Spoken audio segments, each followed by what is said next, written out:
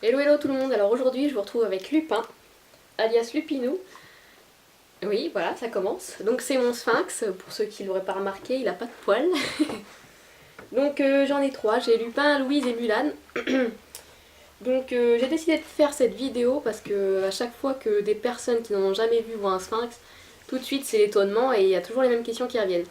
Donc déjà, pour les personnes allergiques aux chats en général, ça va rien changer parce qu'on n'est pas allergique aux poils de chat, on est allergique pardon, à la salive.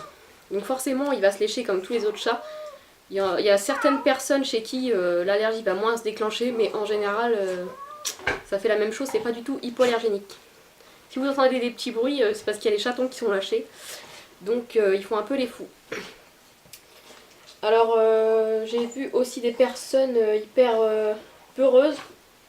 C'est un chat, hein, Enfin, c'est un chat-chien. Ça s'entend super bien avec les chiens, d'ailleurs ça se prend pour un chien. Donc niveau adaptation avec un chien, évidemment c'est sous surveillance, mais il n'y a pas de problème. Voilà. Qu'est-ce que t'en dis Lupin de tout ça? Ça va, il est cool. Hein. C'est un pot de colle, il est hyper près de son maître. Ça a besoin de beaucoup de présence, donc c'est toujours mieux d'en avoir deux. Et franchement, si vous n'êtes pas là, c'est pas forcément l'idéal d'en avoir un, quoi. Le laisser tout seul toute la journée, ça ira pas, il va déprimer. J'ai commencé par avoir Louise, et j'avais d'autres chats quand même, j'avais des persans, et je voyais bien qu'il y avait une différence, voilà, et s'ennuyer, c'était pas pareil. Du coup, après, j'ai eu Lupin. Et un an et demi après, j'ai eu Mulan. Donc oui, c'est pas plus fragile qu'un autre chat. J'entends souvent ça aussi. Il faut juste éviter, enfin, il faut pas qu'il prenne des coups de soleil, sinon il peut avoir un cancer de la peau, c'est comme pour nous. Et il faut que les parents aient une échographie cardiaque et que bah il soit pas cardiaque. En fait, il y a la CMH, c'est la maladie chez le sphinx. C'est un rétrécissement des parois du cœur et c'est héréditaire. Donc s'il est, enfin, il y a un des deux parents qui l'a, forcément que le petit, au bout d'un moment, il va déclencher cette maladie-là. Donc ce serait dommage quand même d'avoir à subir ça. Qu'est-ce que t'en dis? Oui, depuis tout à l'heure, il bouge pas. Ouais. Ouais. Au niveau de l'entretien, donc forcément vous n'avez pas de poils à aspirer, ça on est d'accord. Par contre, comme il n'a pas de poils dans les oreilles, le sébum, et en fait ils ont beaucoup de sébum dans les oreilles, donc il faut leur nettoyer les oreilles une fois par semaine. Voilà. C'est hyper noir, et d'ailleurs les vétos qui connaissent pas les sphinx pensent tout de suite qu'ils ont la gale des oreilles, et non, c'est spécifique aux sphinx, donc il faut bien vérifier au microscope, et quand ils vous disent qu'ils ont la gale des oreilles alors qu'ils n'ont pas vérifié, c'est pas ça, c'est normal. C'est pareil, ils ont du sébum entre les ongles, donc c'est tout marron, ça c'est pareil, il faut nettoyer une fois par semaine. Avec du liniment, moi je prends un coton et du liniment. Et bah en fait j'ai plus de plaid, de drap blanc en général. Parce que ça a créé un excès de sébum en fait pour protéger sa peau. Et du coup c'est marron et ça tache. Donc voilà. Fallait bien un point négatif, oui.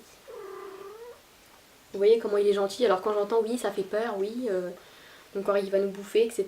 Non, non, non, Lupin ne va pas vous manger. C'est le plus cool en plus. Qu'est-ce que t'en dis? Et alors, à chaque fois que j'ai été chercher un de mes sphinx, tout le monde me disait oui, tu vas voir quand ça se glisse sous la couette, etc. Ça sent la brioche chaude. Je me suis dit, ils sont complètement gaga de leur chat, hein. La brioche chaude, voilà. Et en fait, si, c'est vrai. Le sébum chaud, ça sent la brioche chaude. Oui, c'est vrai. Qu'est-ce que t'en dis, toi? Oui. Ouais. Donc c'est un peu plus froid qu'un autre chat. De toute façon, si ça a froid, ça va aller se cacher sous la couette. Et ça adore les couvertures polaires. Peu importe l'âge, même les chatons adorent les couvertures polaires. Ils vont téter la couverture polaire, ils vont mouliner dedans, enfin c'est l'amour fou. Hein. Non, c'est vrai. Oui. Vous voyez, il est vachement agressif. Hein. Oh, oui. Donc j'ai entendu dire aussi que c'était moche. Non. C'est particulier, c'est pas moche. Chacun ses goûts. Donc leur peau, elle est plus riche en collagène et en sébum. Donc elle est plus épaisse aussi. Oui, c'est vrai. Oui, oui, oui. Et en fait, pour réguler la température de leur corps, ils mangent 30% plus que les autres chats.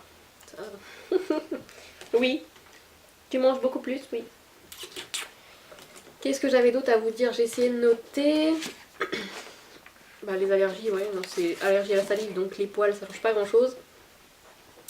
Ah oui, c'est une mutation génétique naturelle, donc voilà. Oui, et il vient pas d'Égypte, il vient du Canada. Parfaitement. Je crois que j'ai tout dit, et je vois pas mal d'annonces sur le Bon Coin, etc. Maintenant, la race commence quand même à être un peu plus connue qu'avant. En fait, un sphinx, ça s'adopte pas avant 4 mois, 4 mois et demi. Si vous voyez une annonce où le chat il est à vendre à partir de 2 mois, fuyez, c'est beaucoup trop tôt. D'ailleurs, pour n'importe quel chat, déjà, c'est beaucoup trop tôt. Les persans, ils partent à partir de 3 mois et demi, des fois 4 mois. Je vois des gens qui sont étonnés, oui, c'est trop tard, oui, c'est pas possible, l'adaptation, etc. Et ils ont besoin d'autant de temps parce que déjà, j'ai les deux parents et les deux parents éduquent les petits, c'est important aussi qu'il y ait le père. Et si après vous l'avez trop tôt, ce que je vois souvent par exemple pour les petits chatons européens, ils sont pas du tout éduqués, donc ils vont griffer, ils vont mordre, ça va être une horreur quoi. Donc c'est pour ça qu'il faut un minimum de temps encore avec les parents. C'est normal, donc le sphinx c'est 4 mois et demi, des fois plus, ça dépend de chaque individu. Donc voilà, si vous voyez 2 mois et demi, à fuir, franchement, à fuir. Je vois beaucoup de particuliers en général parce que les élevages ils savent très bien que un sphinx ça ne part pas aussitôt. Qui vous vendent un chaton à 750 €, un sphinx non testé, qui part à 2 mois, fuyez, hein, franchement, il n'y aura que des emmerdes, voilà. Entre nous, oui c'est vrai, oui. Après les prix, ça varie selon les élevages. Ça va pour du non-lof à partir de 950 € jusqu'à 1 200 €. Et du lof à partir de 1 200 € en compagnie. Et ça va jusqu'à 1500, 1700, 2000 €. Après ça dépend du lof. Ouais, il y a plein de choses qui font que les prix varient.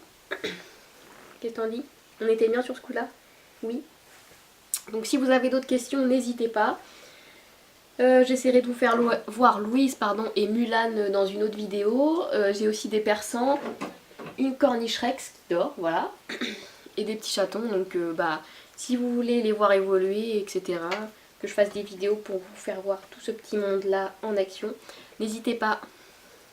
T'es d'accord? Bisous bisous.